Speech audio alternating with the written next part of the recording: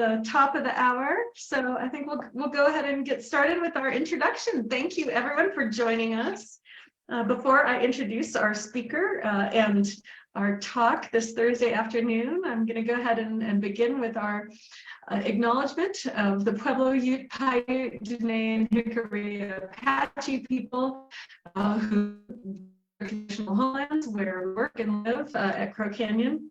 And our mission is all about Indigenous people in the past, present, and future. We cannot do our work without our partners and Indigenous knowledge. We respectfully recognize and honor ancestral and descendant Indigenous communities for their contributions to all humankind.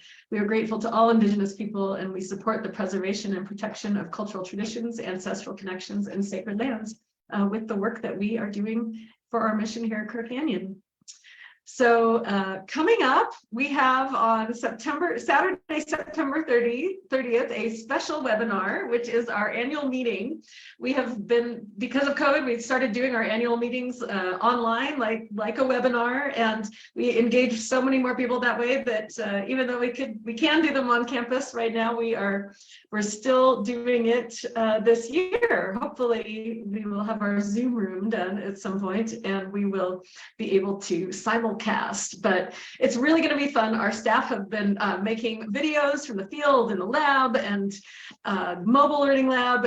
They're really amazing. So you really should watch. Not only are they brilliant scholars, they are also very funny. So there's some good comic relief in explaining what we've been up to as well. Thank you for your support. We are a nonprofit. We offer this webinar series entirely free always, and it is supported by your donations to the webinar series, just as all of our activities at Crow Canyon are supported by your donations. Thank you to everyone. Oops. We are Zoom. For those of you on Zoom, please put your questions in the Q&A instead of the chat, in case people get busy chatting and we would lose it. If Zoom's giving you trouble, we are live streaming on Facebook, and you can go back and check out any of our webinars at our YouTube channel. So coming up, so note that we're not having a webinar next week on Thursday because we have our board meeting. And that's just a little too much for all of us to handle mentally at that time. So skip next week, but the week after, amazing talk. Please come. Creating community during Basket Maker 3 period in Southwest Colorado. If you're a regular, you know Dr. Carrie Schlerer, our longtime lab director, and Shauna Dietrichs, a friend, a former employee, amazing scholar who worked on the Basket Maker Communities Project right here near our campus in Southwest Colorado. So Carrie and Shauna are incredible speakers and have a lot of really exciting things to share. Without further ado, we are incredibly excited and grateful to have Caitlin Wichlacz with us today. Caitlin is finishing up she's working on her dissertation now, so it's really fantastic to be able to provide really cutting edge, in the moment information on current research in archaeology. She is at Arizona State University. And is, as you'll see, a ceramics expert and in many methods of analysis, and is going to be jumping into the Salado phenomenon in the Phoenix Basin. So thank you so much for sharing your research with us, giving us the sneak peek. It's my immense pleasure to do so.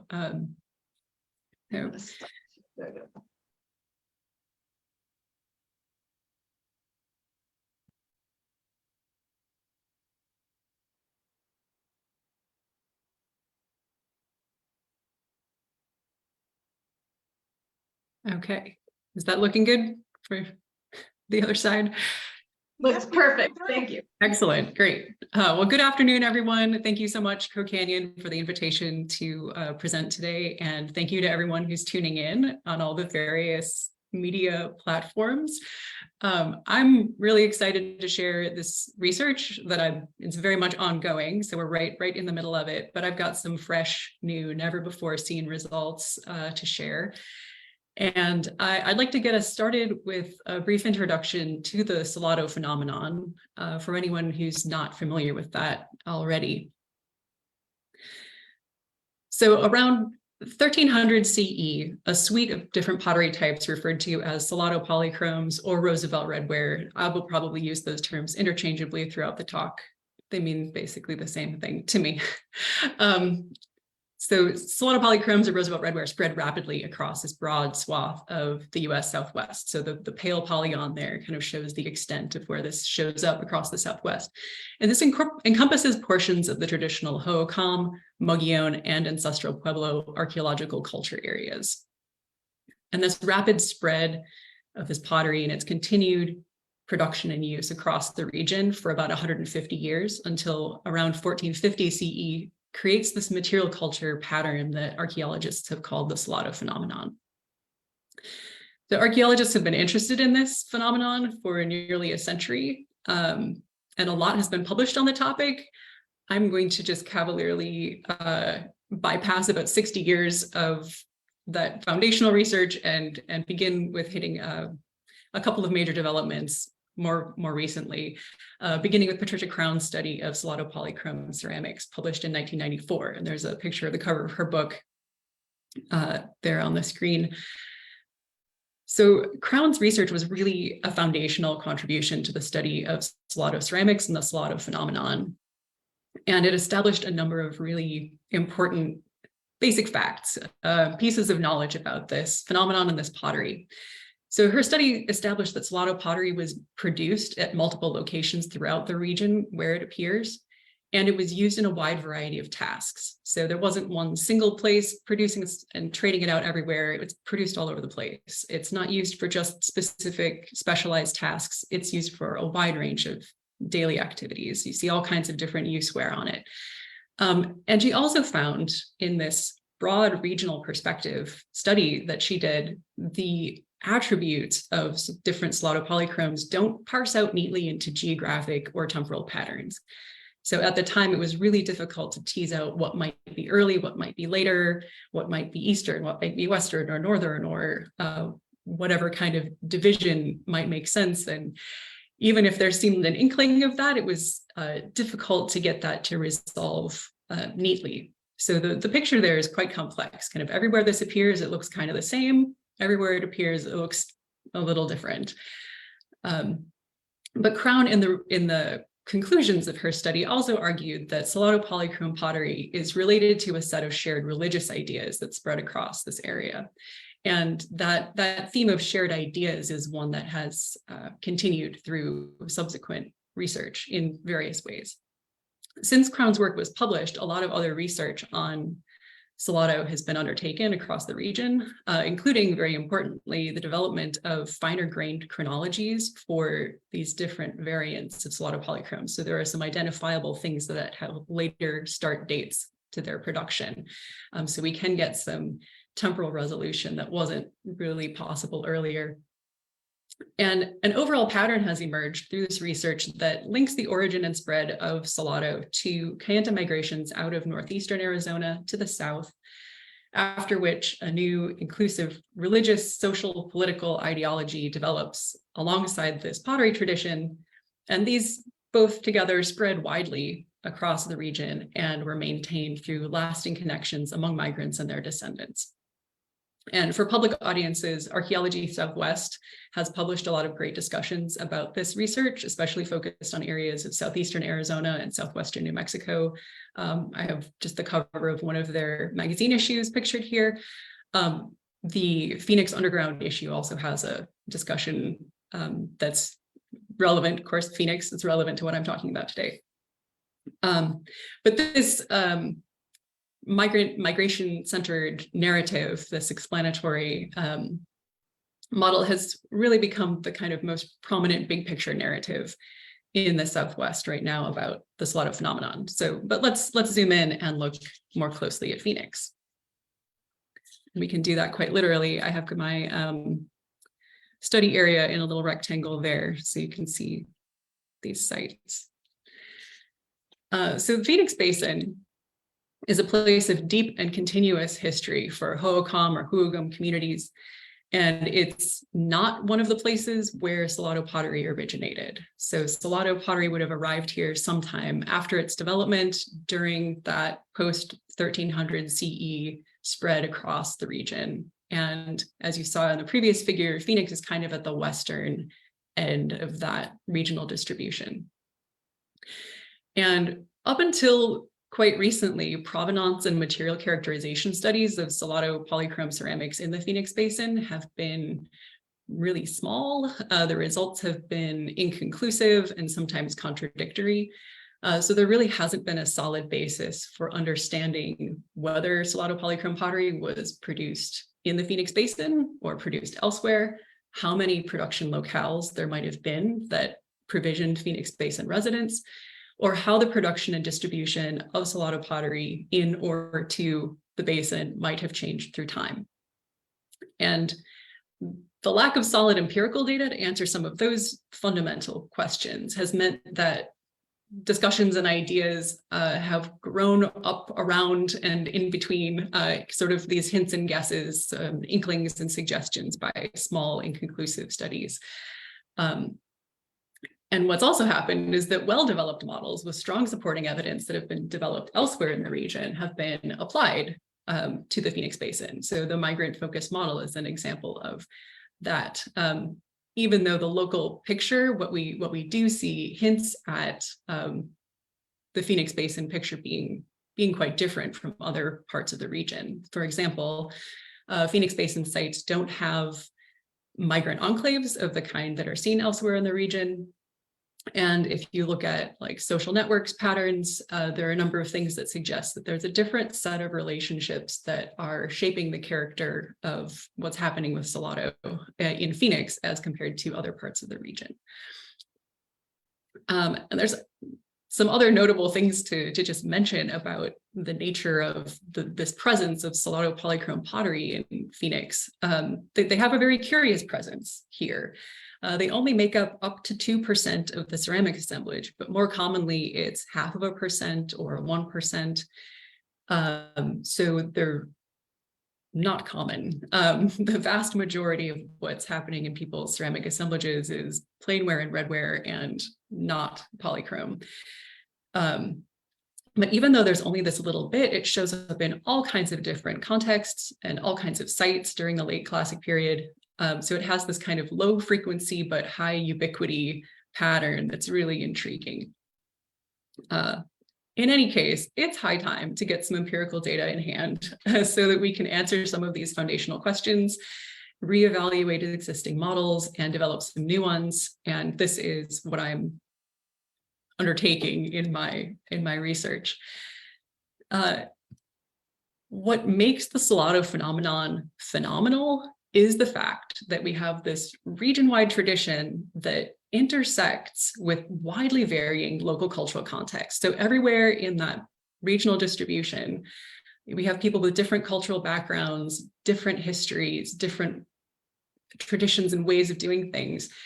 But in all of those contexts and every community where people participated in this Salado phenomenon, they found reasons to adopt and use, perhaps produce and use this kind of pottery.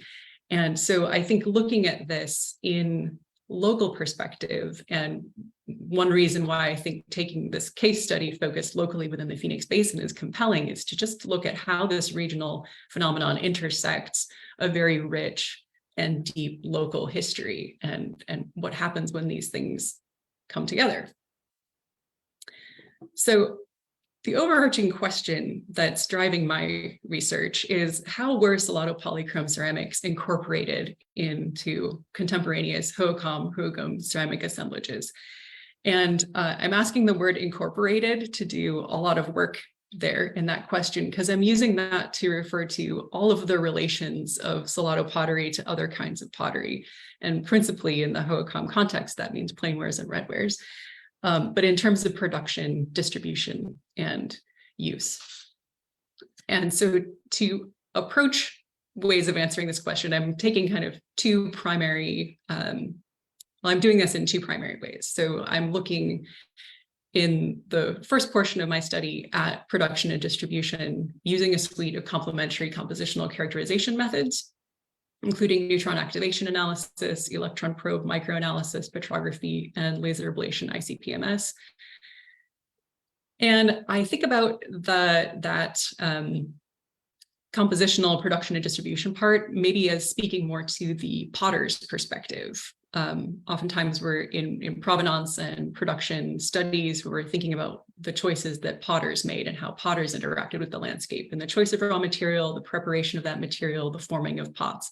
And then there's also, of course, the movement of them, distribution. After they've been made, they're moving from one place to another. But I'm also interested in the user's perspective. So once you have this pot, this Salado pot, how does it fit in amongst all of the other pots in your assemblage? Do you use it for the same things, for different things, at the same size and shape as other pots you might have that might be plain or red, or are they showing up in unique forms that you might use for a different range of tasks? And so to answer that kind of user side question, I'm looking at the morphological or the shape organization of ceramic assemblages. So what are the vessel shapes that are present in a Hohokam ceramic assemblage, and how do Salado vessel shapes relate to vessel shapes that are present in other wares? And I'm doing that using geometric morphometric techniques, specifically elliptical Fourier analysis. And I will talk about that in the second part of the talk here. So this kind of gives us an outline actually for what I'm gonna present today. So I'm going to begin with talking about compositional work, specifically preliminary results from neutron activation analysis. But this is just one of a number of things I'm going to do. So here we're going to take a little tour of Assured. So first on the list there, LAICPMS is looking just at the surface. I'm curious about the composition of clay slips and paints. That's one thing I'm pursuing. NAA is going to give me a chemical characterization of the whole body clay. So the clay, the squishy clay part and the crunchy bits of temper all mixed together. Electron probe microanalysis is going to aim at a single point that's just the clay, just the squishy part without the crunchy parts. And that's going to let me look at how temper covaries, whether temper types covary with clay paste chemistries, because you could have the same clay, and if you mix different mineral sands into them, you're going to end up with different bulk compositions. So we can tease apart some aspects of that. And I'm also going to look at thin section petrography of these sherds to identify what the specific mineralogy is in the temper, and can also look at things like texture of the overall clay body and see different kinds of cues about production technologies. So this is the big picture of what I'm looking at. And this is a lot to look at. Like, wouldn't just a couple of these be enough? And yes, maybe, but by doing a bunch of these in concert, I can have both a richer and more nuanced perspective on the production of this pottery. But this is also going to generate data sets that are going to bridge and link some really important existing data sets that currently don't talk to each other, that can't talk to each other.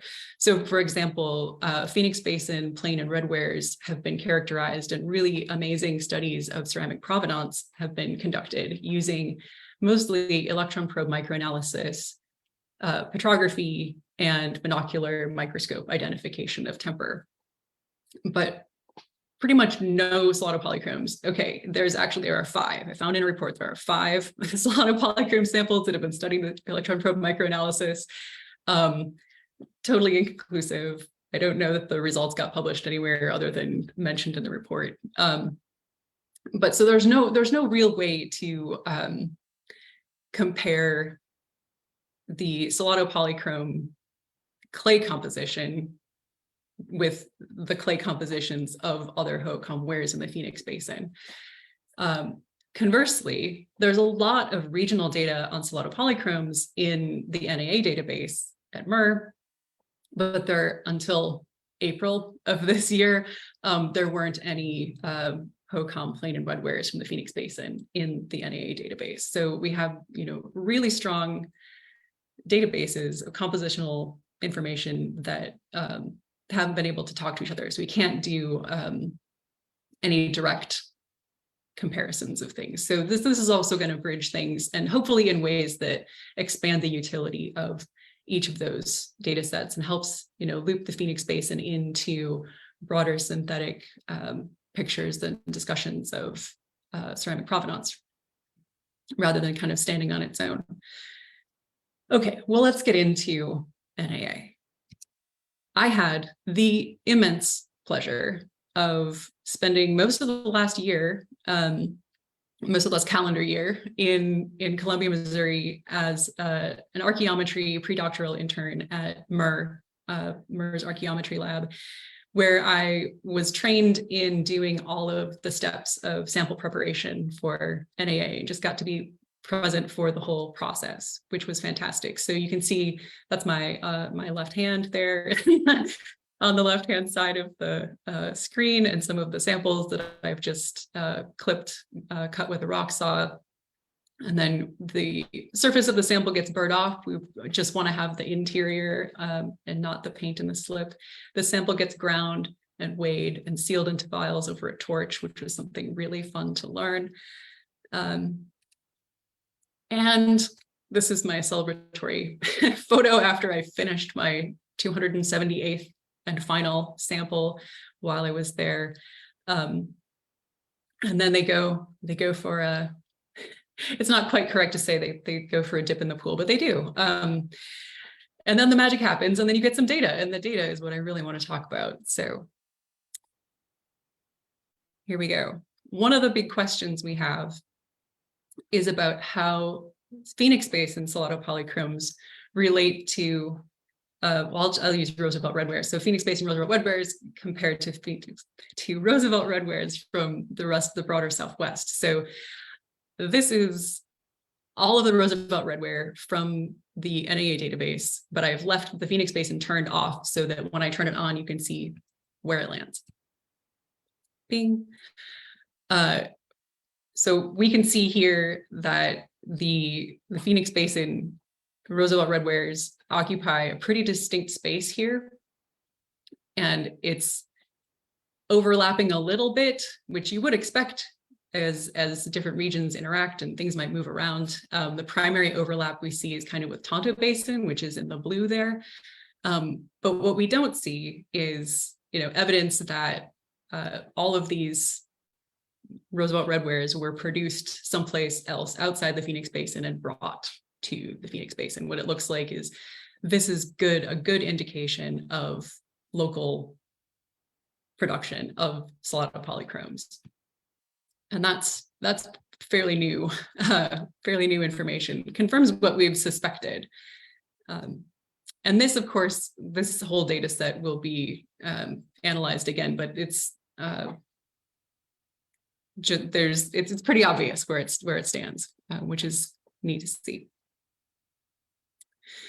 Zooming in just on that green blob I just turned on, just for the Phoenix Basin, Roosevelt Red Wares on their own, and there's a total of 253. This is all of the samples. The pink ellipse, the largest ellipse there, is around the unassigned samples. It has no business being there, but I can't turn it off, so ignore it, please. What we see within the Phoenix Basin are what would appear to be 4 major compositional groups and a few smaller clusters. This one down at the bottom is like really high in tantalum and forms this little group that hangs together. But we can look at this from a couple different perspectives. So I'm going to fly through a bunch of plots to sort of demonstrate what I'm seeing as the structure in this data set. And this, I should also say, is not finalized. So I think this is identifying the major structure here, but it can be refined a bit. So maybe 10% of these cases will change. Unassigned things will be assigned. Some things that are currently assigned might change their assignment, but the basic structure is becoming apparent and is pretty interesting. So in this principal component 1 and 2, you see the red and yellow groups kind of pulling along the PC1 axis. We can get rid of the outliers and the other little groups and kind of zoom in on that to see it a little bit better, this still has the unassigned groups represented.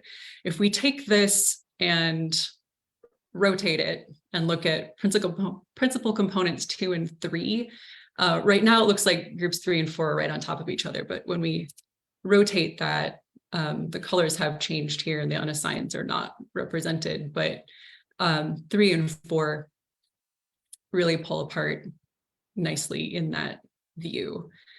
So that is our basic structure that we're looking at. So this will be further informed, interpretations of this will be further informed by doing petrography of some of the same samples. This NAA data will be used to inform the selection of those samples for thin section petrography and for electron probe microanalysis. So we'll have numerous ways to investigate the nature of these groups and get at interpretations, geologic interpretations and cultural anthropological interpretations. One of the other things that was interesting, speaking of other interpretations, so those groups are formed, the previous groups were formed purely just using the chemistry. But when I just represent all of the samples along with the site names, so the sites where they were found, one of these things is not like the others, but some sites have really wide variation in the composition of the polychromes that were found there. And some have quite narrow ranges of composition. And in this plot, what interesting to me, what just stands out more than anything else is that Los Muertos, this sort of vertical ellipse in green is very different. It's relatively constrained, and it's also very different from Pueblo Salado, which is in purple. And they just really don't overlap much at all. And this, yeah, there's something here that's quite interesting about how composition is relating to different sites and their relationships and locations across the basin. This is a setup for the next slide. This is just a biplot with chromium and vanadium. It just happens to give a really nice spread. And I've plotted the original chemical groups on here. What I'm going to demonstrate in the next slide is an interesting temporal pattern that popped out. So I spoke earlier about the late Salado variants, so things that don't have a beginning production date until the 1360s or 1375 or 1390, whereas Gila polychrome is made from 1300 on, and then so Gila and Tonto and Cliff have this wide degree of compositional variation represented throughout, but the late variants, those later ones, are more restricted. So keep your eye on the right-hand side of this plot. And this is, the blue is just undifferentiated Salado polychrome, just to preserve the appearance of that structure. So you can see relatively where the late variants fall. And they're all falling on that higher chromium side of the plot, except for one example, which is hanging out on the left. And that's actually from the site of Los Muertos, which is where a lot of those other kind of group 3 and 4 lower chromium samples are falling. And chromium also has a link to a possible geologic interpretation too. So there's a little bit of it in granitic rocks, there's more of it in basalt, and there's a lot more in ultramafic rocks. So this could be something related to the geology that's feeding into the production materials for this pottery that's informing this. So to round out our takeaways from this like quick dash through preliminary results, regionally, we see that the Phoenix Basin appears to be distinct in comparison to other subregions. There's a little bit of overlap, as you'd expect, and the most notable seems to be with the Tonto Basin right now. So all of this bears looking into more Internal to the Phoenix Basin, it looks like we've got 4 main groups and several minor groups and little outlier clusters. Some sites are showing high compositional diversity. Las Colinas, Pueblo Grande, they've got pretty big distributions, while others are more constrained, like Los Muertos and Pueblo Salado. And Los Muertos and Pueblo Salado are also quite different from one another. So it looks like we're probably dealing with a couple of different places where people are producing things, and also some dynamics about how things might be moving around. And then as far as change through time, we also see that late variants show a narrower range of compositional variation than these earlier and more widespread types of Gila, Tonto, and cliff polychrome. So that was a mad dash through preliminary NAA results, and I'm going to shift to talking about vessel shapes then. And I like to share this. The vast majority of whole vessels recovered in excavations are typically encountered in mortuary features. So unlike the previous data set, which is entirely from sherds that are not from mortuary features, not at all associated with mortuary features, the data that I use for this does come from a lot of sensitive contexts. So I have made the choice just not to show any photographs or detailed sketches of the actual vessels, but we'll be showing just flat outlines and silhouettes. And if any of the whole pots that I have included in this presentation as decor, I suppose, those are ones that I have made myself as replicas. So back when I was beginning, we'll just return to kind of the overarching research question. So how are Salado polychrome ceramics incorporated into these ceramic assemblages? When I started out, I read everything I could get my hands on about Salado, read a bunch of Hohokam stuff, and I went to Dave Abbott and was just, what do I need to read? Where's the article? Where's the book where someone, and it felt to me like someone in the 1930s or 40s would have answered this question. How do the Salado pots fit in among the other pots, the plainwares and red wares? Are they the same shape and the same size? Are they different? How do they fit together? And I was pretty sure he was just going to tell me to, here, read this book, here, read this article, so-and-so studied this and, read their report.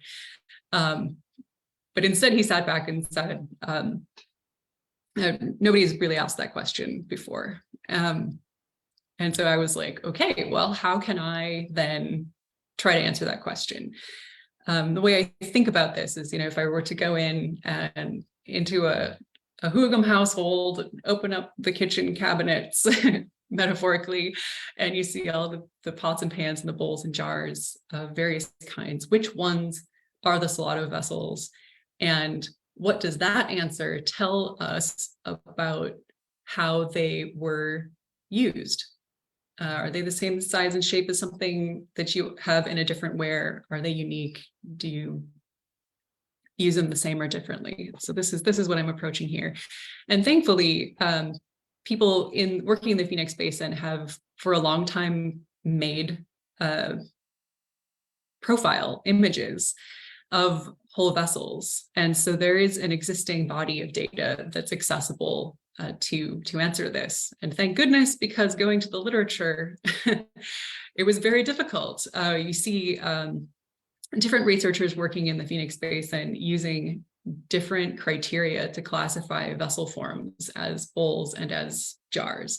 And this leads to a bit of complication and ambiguity.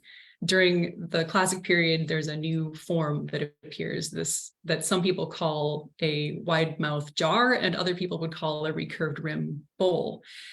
And so even a table of this many bowls and this many jars, between studies, you really can't compare to tell what the actual assemblage looks like, and much less how people might be actually using the vessels for various activities. So this was this was just a puzzle, and I made use of the Pueblo Grande whole vessel study, which is published in the 90s. They collected a ton of data on over 2,000 whole vessels from that project. And they recorded 500 and some vessel profiles, which we then digitized in order to read into statistical software and compare the shapes mathematically. And so the technique that I'm using is called elliptical Fourier analysis. What it does is mathematically captures the entire outline shape of the vessel, which is different from another form of geometric morphometric study, which uses landmarks. Landmarks are difficult to place on pots, typically. And elliptical Fourier analysis is also good at capturing curves. Pottery is often curved. So reading in those digitized profiles, we can represent these things in a lot of different ways. So for instance, the family picture, the panel of all of them stacked next to one another. And we can also separate these out by form category and stack them up on top of one another to look at the variation within each of these categories. And here, remember the ambiguity here is between what's a bowl and what's a jar. So in the Pueblo Grande whole vessel study, they called these wide mouth jars, which some of these another researcher might call a jar, and some of them another researcher might call a recurved rim bowl. So this is kind of one big area to tease out. And then we also have necklace jars, which another researcher might call an incurved rim bowl. So we've got these two categories representing kind of the major ambiguity present in the literature and in the documentation that's hard to sort out. So we're going to take each of these. The EFA analysis gives us an outline for each of these that's characterized mathematically. We can take that. So each one of these shapes can be summarized as a dot in what's called a morphospace or shape space. So here's an empty example of that. And when we plot all of these from Pueblo Grande, we've got 469 vessels from Pueblo Grande, given these different vessel form category labels. What we see here is that there's a fairly continuous spread across the shape space from scoops on the right through bowls. Then we have an overlap where there are necklace jars and recurved rim bowls, or wide mouth jars, as this study calls them. We have a few jugs and pitchers, things that have handles on one side, and then jars on the far side. And so these categories overlap a bit. There's definitely a bit of ambiguity in here, but there's also a fairly continuous spread across the shape space. One question that I have been asked previously is, well, what happens if you consider size alongside the shape? So in this iteration of the study that I just showed you, all of those shapes are scaled relative to one another, and they're centered together and stacked. And in the picture on the left, you see all 469 of those Pueblo Grande vessels scaled to each other, centered and stacked. So the difference that we're looking at is only in the shape and not in the size. But of course, if you're using vessels, you know that your cereal bowl is quite different from your big serving bowl. And the way that you think about and use and interact with that, and how you'd use it among other things, size really matters to how vessels are used. So that's a good question to try to include size here. What's interesting to note, so you can see that there's a lot more variation in size represented in the stack, the actual size scale stack on the right. And we have things that are as small as 6 centimeters wide and as large as, I think, 37 centimeters. So quite a difference. And this also means that the difference, even if the bowl is the same shape, but is a different size, that's also counted as difference. Whereas in this other analysis, in the centered and stacked, equally scaled things represented on the left, those would be measured as very similar to one another. The shape is similar and size has just been removed from the equation entirely. So what happens when we include size and look at this? And does it make that structure of the assemblage any clearer? And the answer to that is no, it doesn't make it clearer. What happens if you think back to that other plot where we had scoops on the right ranging through to our jars on the left? Basically, that axis of variation has been tipped on its side and mirror flipped. So all of that is kind of being compressed now vertically, and size is really pulling things out in what look like some kind of bizarre ways here. And there's a lot more overlap now in these polygons that are relating to the vessel form categories. There's a good reason for that, and that is that when archaeologists and analysts are assigning a vessel form category to a given vessel, whatever criteria they're using, that is a shape-based set of criteria, and we don't use size in assigning that. We don't typically say it's a really big hemispherical bowl, it's a really small hemispherical bowl, and those are distinct categories or such like that.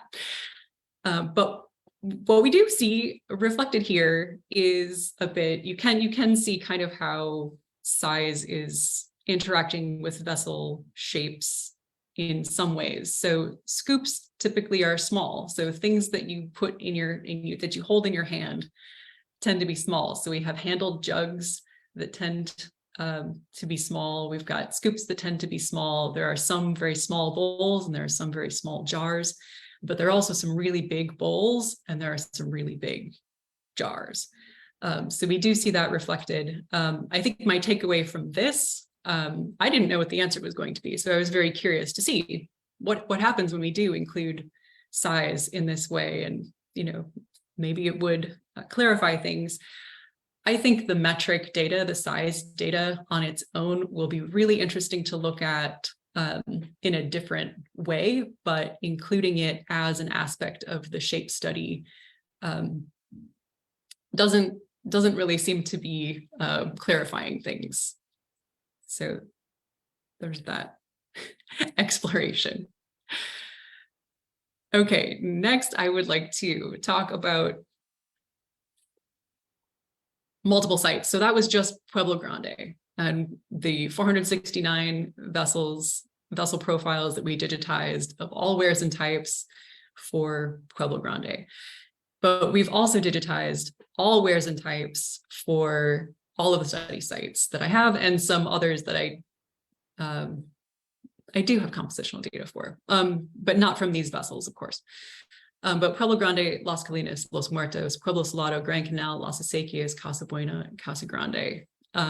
All of those are represented here in this spread. So we see common patterns among the sites and sort of a shared common pattern of the structure of ceramic assemblages. So we have over here bowls showing up in a wide variety of shapes. It's a sort of narrow distribution, but we've got short, shallow bowls and deeper bowls and a whole range along there. And then the distribution of jar sizes is much more diverse, more diffuse. So these are all of the non-polychrome vessel shapes. So one of the questions, and kind of the main question that I had of this study was, how do the polychromes fit into this? And I ran into a lot of struggles with this. There aren't that many. And of the ones that are there, this analysis requires an appropriate kind of documentation. I have to actually have a profile, whether it's a photograph or a drawing. Sometimes they're photographed and they're at an angle so that, yes, it's a polychrome, and no, there's no way for me to use that to document the shape. And in many of these cases, I'm working with legacy collections and archives where these, because they're predominantly vessels from mortuary features, those pots have been repatriated, and we no longer have access to just, take a bunch of photos or anything. So we're really reliant upon data that do exist in archives. And if those don't represent an actual profile, then I'm a bit out of luck for that. But I have been able to collect 41 polychrome profiles from several sites, not all of the study sites, but I have a few from Las Acequias, a few from Los Muertos, and 21 from Casa Grande, which of course is an spatially outlying site outside the lower Salt River Valley, but still part of the broader Phoenix Basin. Anyway, let's plot those on here and see where they fall. Oh, well, that's nice.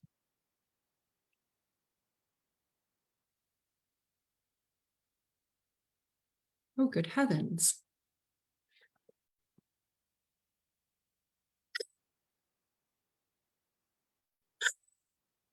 Okay, well, this is where the polychromes fall. Unfortunately, we can't see the rest of the vessels. Yep. Not sure what to do about that one. It also, the plot also flips, gets mirror flipped vertically and right and left every time you plot it. So I hope you all brought your spatial reasoning imaginations. I apologize for that on the fly through here. Because this, that's so unfortunate. Well, on this side, this cluster of blue dots is bowls, and it shows a wide range of bowl forms that are also represented in other wares and types from all of the study sites. Through the middle here, we have that more ambiguous, bowl jar in between space, where in other wares, there are plenty of examples of pots, those wide mouth jars, recurved rim bowls, incurved rim jars, or incurved rim bowls, or necklace jars. And out here in necked jar territory is where we see most of the polychrome jars. So they really overlap with just a subset of other Hohokam jar shapes. And then we do have a couple kind of interesting outliers. This one over here, I can tell you because I know and spent time making this figure earlier today, is a very long-necked jar. Oh, well, I'll just have to share this figure in some other way. I'm so sorry this image isn't loading properly. Well, what we can take away from the geometric morphometric analysis is that there's a lot more continuity in vessel shape variation than the usual vessel shape categories would suggest. Rather than having these categories of bowl being very separate and discrete and bounded from a category jar that is all over in some other part of this shape plot and nothing in between them, this just isn't the case. I think it might be honestly the case for some other regions and locations, but for the Phoenix Basin, Hohokam, really developing those tightly bounded categories doesn't seem to have been a thing. There's a lot more continuous variation that was created. The vessel shape analysis, doing this geometric morphometric analysis, helps us see those ambiguities more clearly, if that makes sense. So things that don't make sense, we can see why. Is it because the structure of the underlying data is different and there's not an abrupt boundary where our categories might like to suggest there is one? So is the ambiguity in the structure of the data, or is the ambiguity in how we communicate about it? And that maybe our terms just aren't precise enough. Those terms, the vessel categories used by the Pueblo vessel study are quite precise, which is great. And they're also made to work with rim sherds, and you don't require a whole vessel to say something about vessel shape, but it also does impede, I suppose, certain ways of understanding this assemblage, you know, when it's hard to tell the difference between what's a bowl and what's a jar based on the labels. Considering vessel size and shape in the same analysis doesn't appear to clarify structure here, but the patterns just in the metric data will be really interesting to investigate, probably on their own, apart from this shape analysis. And we also see, well, I saw, you haven't quite seen yet, but Salado polychrome bowls appear in a range of shapes that are familiar in other wares, while Salado polychrome jars tend toward a sort of typical range of shapes that are similar only to a subset of other Hohokam jars. And as we round this out, I'll bob back to the takeaways from the preliminary neutron activation analysis results. There looks like a pretty good indication of local production of Roosevelt Red Wares, Salado polychromes within the Phoenix Basin. And within the basin, there appear to be 4 main and a handful of minor or little other groups, which will be further refined. We'll dig in on that and get that a little more solid. Some sites show this high compositional diversity, while others are more bounded. And of course, we also have that difference between Los Muertos and Pueblo Salado that is intriguing me very much, as they appear to be distinct. And then we also see this change through time, where late Salado variants are appearing to be produced reflect a narrower range of chemical composition than other and earlier widespread types. And so that suggests production and or procurement patterns may have shifted through time. So by the time those late types are being made, they're only being made in a few places, or fewer places than earlier types. So this work is very much ongoing, including today and yesterday, rerunning analyses and trying to make that nice figure that didn't show up. So continuing future work, refining and continuing NAA analyses, both for within the Phoenix Basin and in the Southwest as a region. I also have some other questions and other samples that I didn't discuss today. So there are other wares that are possibly related to Roosevelt Red Wares in terms of their production with the same raw materials. So some of that can be tested and evaluated further.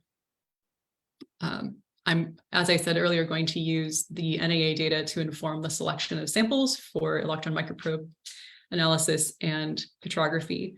So that will also be forthcoming. And I'm also interested in pursuing further this idea of the composition of slips and paints used on these. They're very distinctive, white and red and black. And the white slip in particular is not something that was used in Hohokam pottery traditions prior to the arrival of the Salado wares. So there's a question there about where are people accessing that material? How are they accessing it? Could it be moving around as a raw material?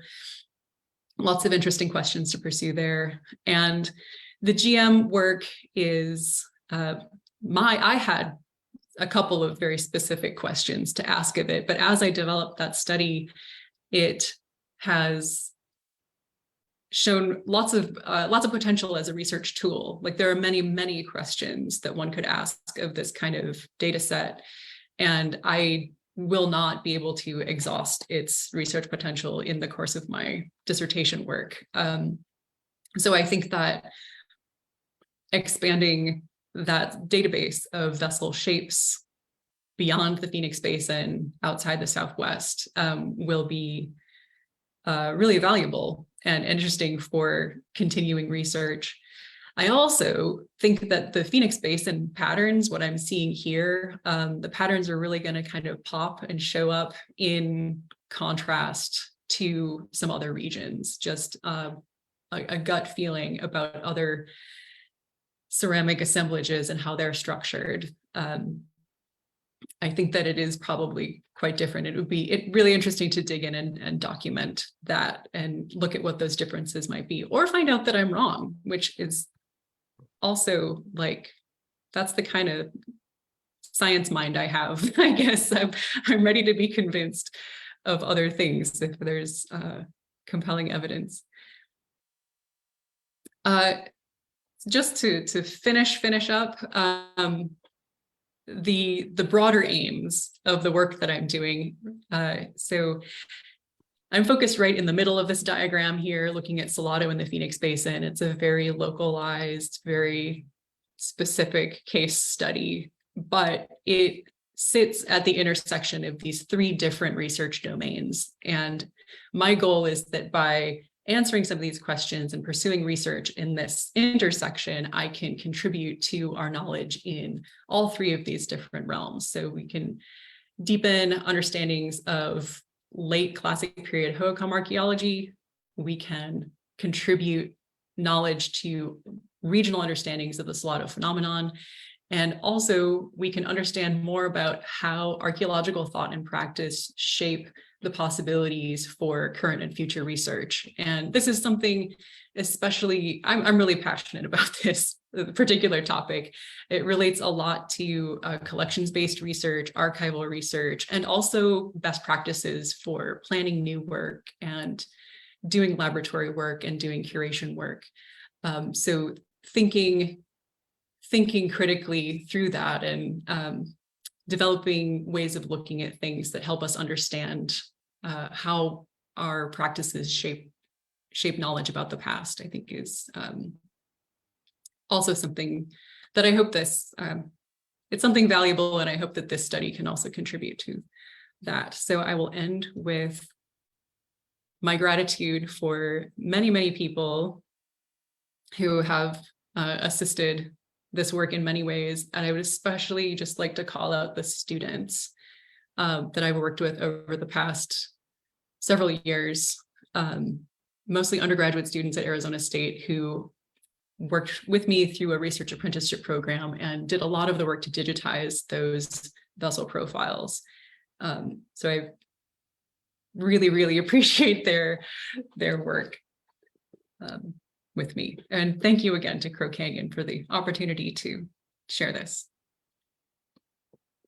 Thank you so much, Caitlin, and wonderful gratitude slide. Really lovely and classy to thank all of your students who I know in the past didn't always get that kind of recognition. So really wonderful presentation. We have a couple questions, but I wanted to add on to this just a bit. One of our archaeologists, Steve Copeland, who has done a ton of work in this area, is going to be kind of carrying forward some of this in a Crow Canyon trip coming up next year. We're going to give folks a sneak peek at. Steve, will you show your face? Because I have a picture of you to put up if you don't show your face. Oh, thank you, Liz. Yeah, absolutely. Caitlin, thank you very much. That was fascinating, the Salado polychromes and the phenomena. For those of us who have worked out in the Hohokam area, we're really fortunate to hear that. Thank you. But yes, it is true. Crow Canyon, we are in the process of putting together a Salado trip. As you all know, some of our cultural exploration programs work all over the Southwest. And it's been a while since we've been down into the Hohokam area a few years ago. So in collaboration with Archaeology Southwest, we're thinking we're going to do that in November 10th through the 17th in 2024. And what our thought was, we're still in the early process of doing this collaboration and the thought process. So we're still thinking all this out, but we were going to look at this from an indigenous perspective. We really want to look at this from the Kayenta migrations and see how indigenous people looked at the migrations. And from a northern perspective, how did people look at this as they were migrating down into the Phoenix and areas into the cliff area and around the Phoenix area. And then we also want to look at it from a southern perspective, right? How did O'odham people look at newcomers coming into the region? And not only with their pottery, obviously, like Caitlin suggested, but architecturally and other things. So, and then we'll look at some of the sites. We'll sprinkle some archaeology in as well. But our main goal is to look at this from a Native perspective and the oral traditions and stories that hopefully Pueblo folks from the north, the Hopi, will start at Hopi and work our way down through Arizona and end up over in Cliff and down the San Pedro. And then how O'odham people actually looked at this as well from their traditions as well. So anyway, we're still putting it together. So stay tuned to our website, and we'll pull it all together. Karen Schulmeyer is going to be working with us. So wealth of knowledge there, and our Native scholars, we're still working on some of those to be determined. So stay tuned. So thank you. And thank you, Caitlin. Thanks, Steve. Just so one of the many things we're very passionate about at Crow Canyon is the multiple ways of knowing, right? The knowledge, the things that inform interpretation, both from an indigenous and descendant knowledge perspective, from the kind of technical work that you're doing, Caitlin. So it's really exciting to be able to bring all of this together. I wanted to put out one question for you from the audience, who asked if you could talk more about the religion associated with Salado pottery. I can address that to a small degree. So as Patricia Crown describes this or discusses it in her book, these pots have all kinds of iconography painted on them, these beautiful designs in black and white and red, and they've been identified as relating to ideas about water and fertility principally. And those are, of course, very important things, especially in the desert Southwest. So I think that's the crux of the religious ideas and their association with the pottery. That idea, I think ideas about Salado and kind of what it meant have evolved a bit or changed, certainly, as it's passed through the minds of many different researchers, and time has passed and people have thought about it in different ways. And folks have been talking about it more. The conversation has shifted kind of from religious to more, well, ideological, but maybe in a broader way, sort of umbrella. And then political and social movements even.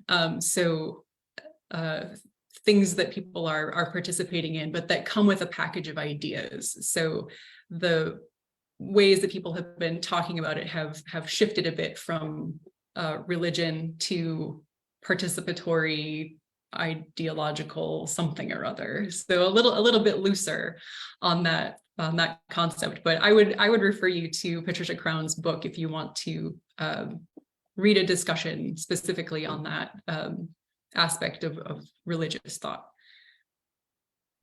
Fantastic. We a few handful, maybe more than a handful of weeks ago, we had Kelly Hayes Gilpin, who did a wonderful presentation on pottery that she had been looking at the Peabody, and she jokingly poked a little fun at all of us archaeologists who say, well, when we don't understand the iconography, we just say it's ritual, right? In terms of non-native archaeologists, but I think that's one of the reasons why it's important, valuable to not just the discipline, but humanity to have to be working with the descendant populations who will share what they're comfortable sharing with us about some of the symbology and what might be particularly meaningful around water, the environment, things that continue to be meaningful today. So really, really wonderful. Well, we're a few minutes over, and I want to respect your time. Thank you so much, Caitlin.